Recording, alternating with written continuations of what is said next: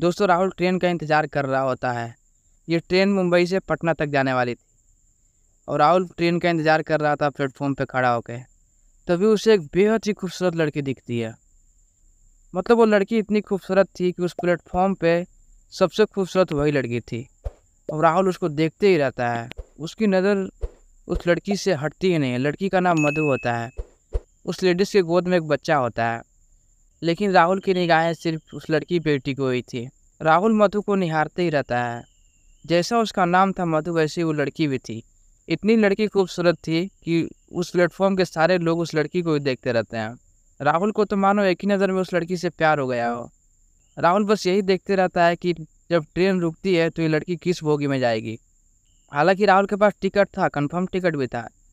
S31 में उसका sleeper bogie था, तो स्लीपर में उसका कंफर्म टिकट था। लेकिन राहुल सीट छोड़ के बस ये देख रहा था वो किस बोगी में वो लड़की जाती है, मैं उसी बोगी में जाऊंगा। तो दोस्तों बहुत ही रोमांटिक सी स्टोरी है। वीडियो को लास्ट तक देखना। अगर चैनल पे आप नए हो तो इस वीडियो को लाइक करके चैनल को सब्सक्राइब जरूर से कर लेना आप लोग। तो लड़की के पास टिकट नहीं होता, वो जनरल बोगी में घुसती है। तो जनरल बोगी के अंदर राहुल भी घुस जाता है।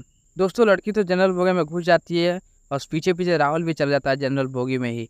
अब जनरल बोगी में तो आप समझ सकते हो कितना भीड़ होगा उसके अंदर। तो जनरल बोगी में इतना भीड़ था कि पैर रखने का भी जगह नहीं था अंदर।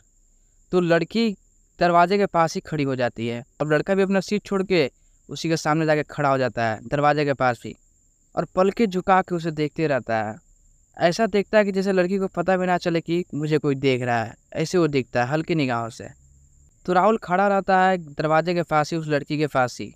खड़े खड़े उसे 1 घंटा हो जाता है। राहुल का पैर भी दर्द देने लगता है और लड़की वहीं पे वो भी खड़ी रहती है, गोद में बच्चा ली हुई रहती है। लड़की का भी पैर दर्द देने लगता है। अब राहुल के पास तो सीट भी था।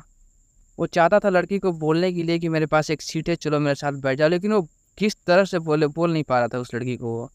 तभी राहुल बोल पड़ता है कि आपका बच्चा बहुत रो रहा है। बच्चा बहुत रोने लगता है भीड़ के कारण। तो राहुल बोल पड़ता है कि आपका बच्चा बहुत रो रहा है, चलो आप मेरे सीट पे, मेरा स्लीपर बोगी में एक सीट है, मेरा कंफर्म सीट, आप उस पर बैठ जाना। तो लड़की कुछ रिप्लाई नहीं देती है। लड़की को डर लगने लगता है कि ये कौन अनजान लड़का है, कोई चोर तो नहीं है। तो लड़की कोई रिप्लाई नहीं देती। फिर लड़का बोलता है मैं कोई चोर नहीं हूँ, मैं एक अच्छी फैमिली से बिलोंग करता हूँ और मेरी एक सीट है, मैं गलती से इसमें आ गया था।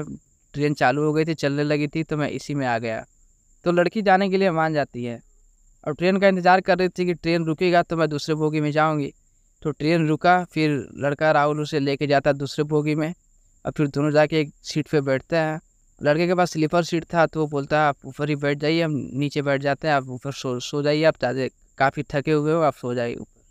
तो लड़का नीचे बैठ जाता है दूसरे की सीट पे और अपना स्लीपर वाला सीट लड़की को दे देता है। लड़की करीब 2 घंटा सोती है उस पर अपने बच्चा को लेके।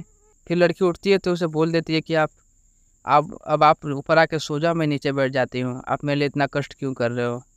तो लड़का बोलता है कोई बात नहीं, आप एक लेडी हो, आप बैठो ऊपर, आप सोए हुए रहो, आपके साथ एक बच्चा है, मैं कैसे भी एडजस्ट कर लूँगा। तो लड़की बोलती नहीं, आपको ऊपर आना ही पड़ेगा।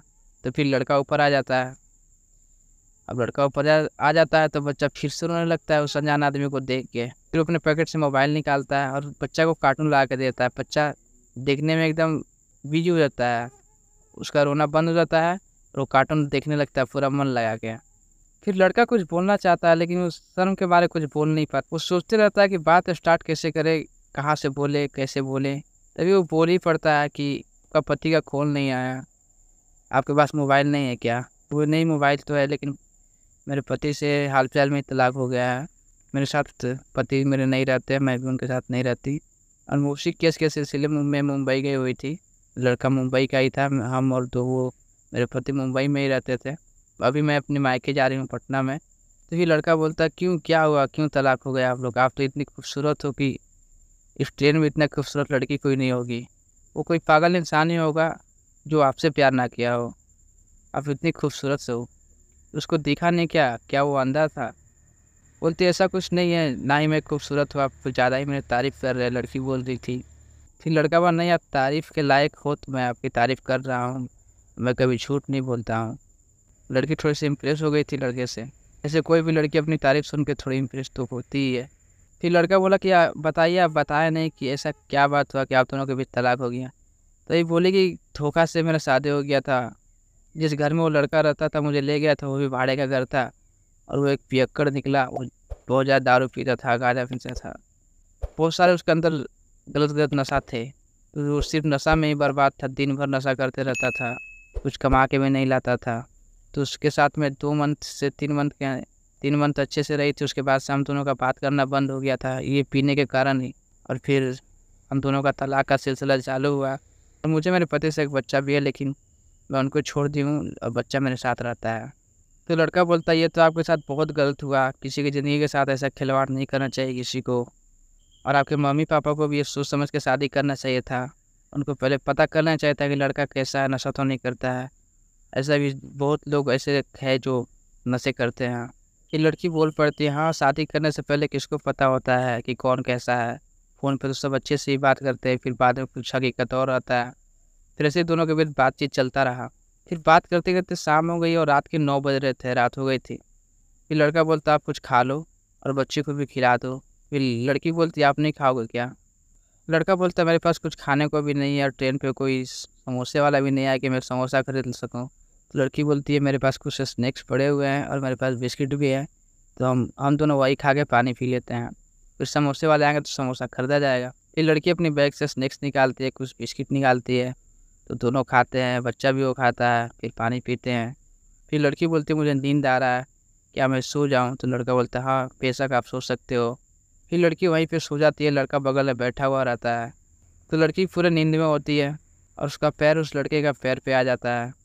अचानक से लड़की का आँख खुल जाता है, फिर बोलती है सॉरी गलती से मेरा पैर आपके पैर में लग गया। तो लड़का बोला कोई बात नहीं, इतना तो चलता ही रहता है। जब लड़की का पैर लड़का के पैर में लगता है तो लड़का काफ़ी शर्मा जाता है, उसका दिल जोरों से धक धक धक धक धक धक धक धड़कने लगता है।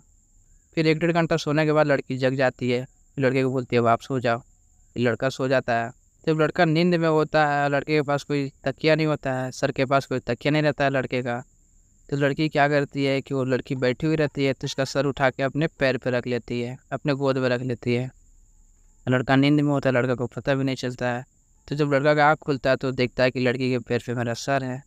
तो काफ़ी अच्छा फील उसको होता है और फिर से वो आँख बंद करके ऐसे सो जाना चाहता था। वो उसके गोद से उठना नहीं चाहता था। फिर थोड़ी देर होने के बाद वो उठता है।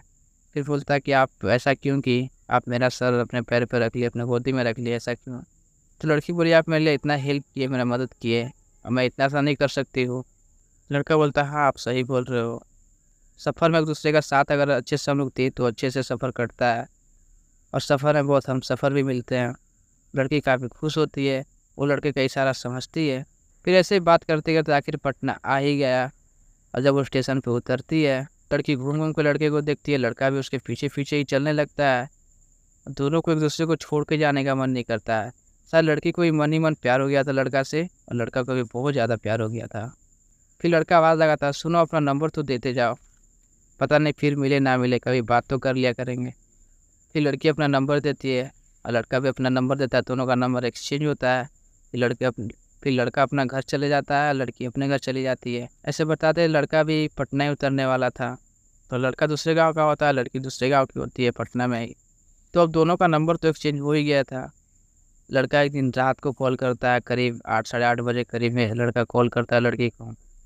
बोलता कैसी हो मधु, पहचाने नहीं, मैं राहुल बोल रहा हूँ। तो लड़की काफ़ी खुश हो जाती है, फिर तो कुछ बोल ही नहीं पाती है। फिर लड़का बोलते रहता है हेलो, सुनाई दे रहा है, लड़की कुछ सुनती ही नहीं है, पूरा बोल ही नहीं पाती है लड़की। फिर लड़का बोला तुम्हें सुनाई दे रहा है, तुम बोल नहीं पा रही हो, बोलो। फिर लड़की बोलती है हाँ मैं सुन रही हूँ, मैं मधु बोल रही हूँ, बोलिए कैसे हो आप, कैसे पहुँचे घर, अच्छे से पहुँच गए ना? फिर दोनों में बातचीत चालू हुआ। करीब 2-3 मंथ बात करते करते हो गए थे दोनों को, और प्यार का इजहार भी हो गया था धीरे धीरे। तो लड़की अपने घर बुलाती है। एक दिन होली का दिन रहता है, तो लड़की अपने घर बुलाती है लड़के को कि आप होली में मेरे घर आना। लड़का मान जाता है, लड़का होली में उसके घर जाता है। फिर वहाँ होली खेलता है और खाना पीना लड़की के घर पे ही होता है। फिर लड़की अपने घर पे बोल देती है कि पापा ये राहुल है, ये मुझे एक ट्रेन में ही मिला था, बहुत अच्छे इंसान है ये, मैं इनसे शादी करना चाहती हूँ। फिर पापा को भी कोई एतराज़ नहीं होता और लड़का भी बोल देता कि हाँ अंकल मैं शादी करने वाला हूँ, हाँ अंकल हम दोनों एक दूसरे से बहुत प्यार करते हैं, हम दोनों शादी कर लेते हैं। तो फिर दोनों की खुशी खुशी शादी हो जाती है। तो स्टोरी कैसे लगी कमेंट बॉक्स में ज़रूर बताइएगा, और चैनल पे ना तो सब्सक्राइब जरूर से कर लेना। इन वीडियो को लाइक करना ना भूले ताकि मेरा हौसला ऐसा ही बढ़ता रहे। तो मिलता हूँ कोई ऐसी लव स्टोरी के साथ।